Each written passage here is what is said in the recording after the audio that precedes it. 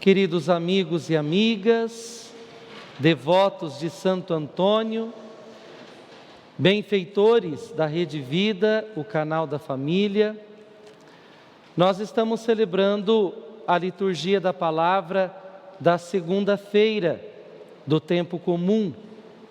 E nós observamos a partir da liturgia da palavra e também principalmente partindo do Evangelho, que nós cristãos somos chamados a remar contra a maré da sociedade. O que significa remar contra a maré da sociedade? Nós ainda vivemos numa cultura que dita a nós aquilo que Mateus hoje no Evangelho nos fala: olho por olho e dente por dente. Quer dizer, muitas vezes nos encaixamos em uma sociedade cuja cultura nos prega e nos ensina que devemos ser assim, toma lá da cá, não é assim? Ou, de fato, pessoas que pagam com a mesma moeda. Não é isso que Jesus Cristo prega para nós. Não é isso que de fato se fundamenta na vontade do Senhor. Ele diz assim que nós devemos ser diferentes, porque Ele foi diferente. Se olharmos bem para a história de nosso Senhor Jesus Cristo, a partir dos dados que nós temos nos Evangelhos, o Senhor é aquele sim que vira o outro lado da face para que possam batê-lo, não é verdade? Tanto que, dessa forma, Ele se entregou na cruz para morrer por nós e para nos salvar, mesmo sendo inocente. Então nós acabamos por observar que o Senhor é aquele que não apenas nos manda remar contra a maré, mas antes de tudo Ele pratica aquilo que Ele prega. De fato, o Senhor é aquele que não devolve na mesma moeda aquilo que fizeram com Ele. Quer dizer, Ele não pagou o mal com o mal. Então, como verdadeiros cristãos, isto é, seguidores de nosso Senhor Jesus Cristo, nunca que devemos pagar o mal com o mal. Sempre fazer o bem sem olhar a quem. Isto é bem claro para nós. Se olharmos para a primeira leitura, tirada do primeiro livro dos Reis, e que fala sobre a história de Nabote, que foi apedrejado e morto, pelo fato de ter negado a concessão de uma das vinhas que eram assim benquistas pelo rei daquela época. O fato da negação o levou à morte.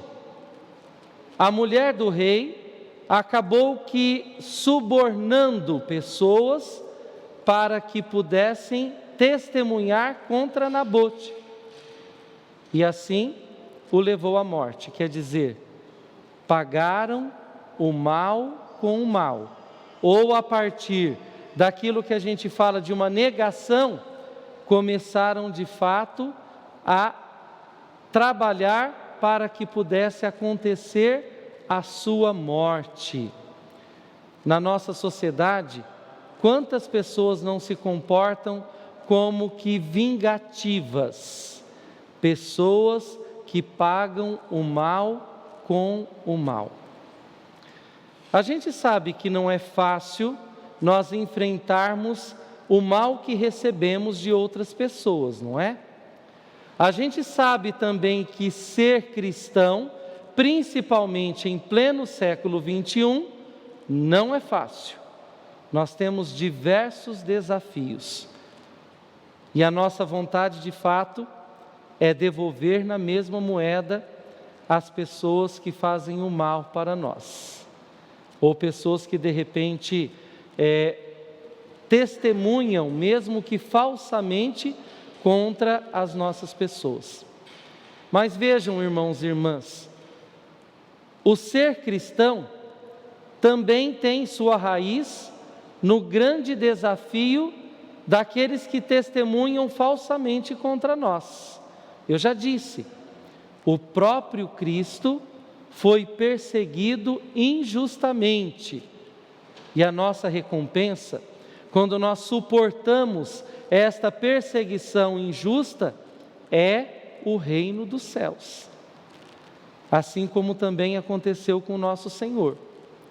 O próprio Jesus Cristo recebeu de volta como recompensa a glorificação, a ressurreição e também a ascensão.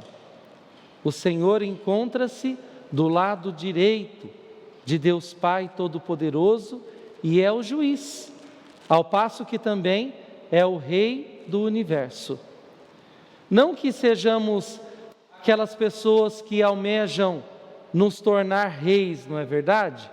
Não é esta busca de grandiosidades, mas a partir da entrega e a partir da humildade, nós pagarmos o mal com o bem e assim também sermos glorificados.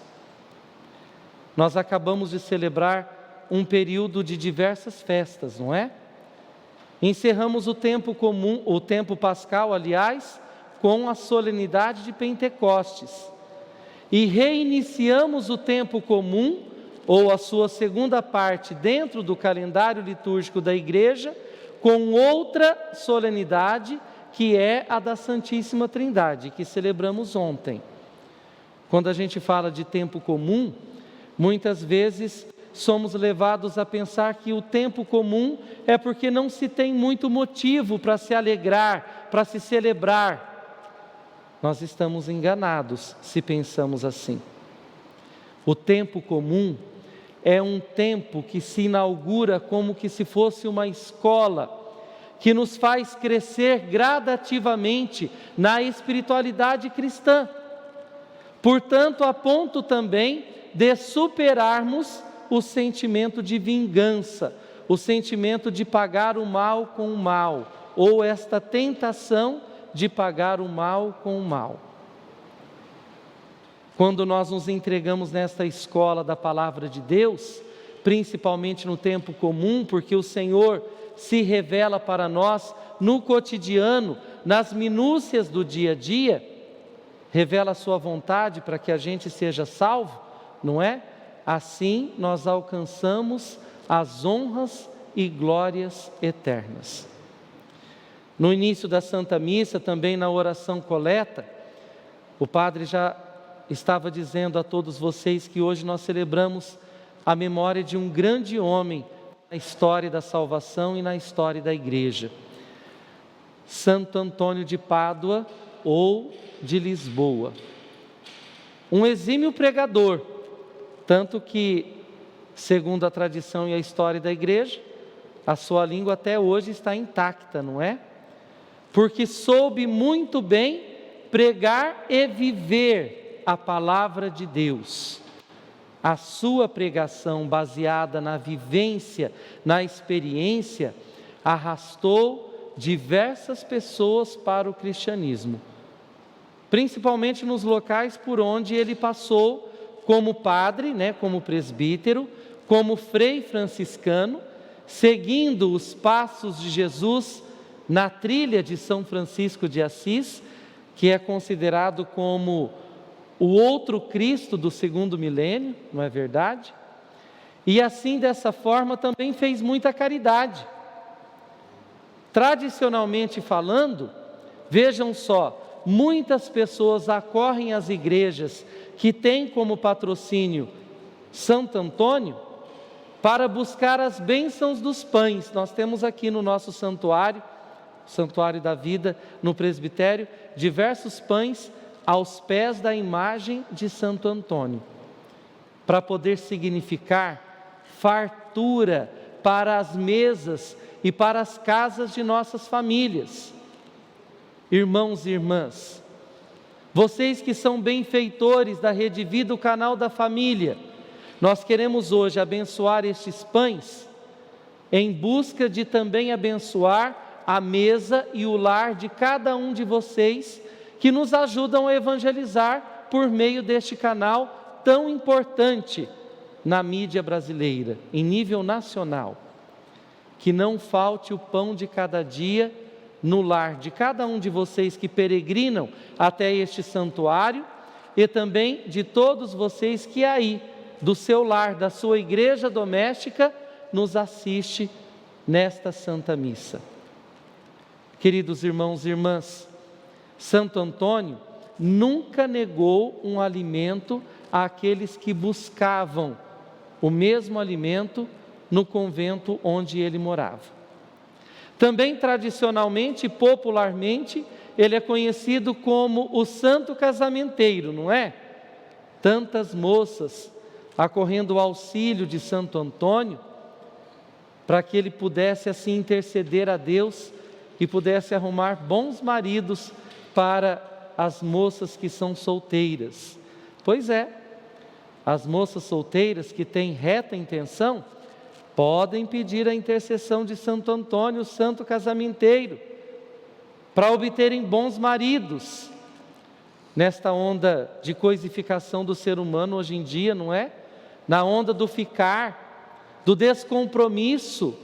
Ainda ontem nós comemorávamos no nível civil o Dia dos Namorados, não é? Hoje em dia as pessoas não namoram, as pessoas ficam. Não há uma preparação para o sacramento do matrimônio.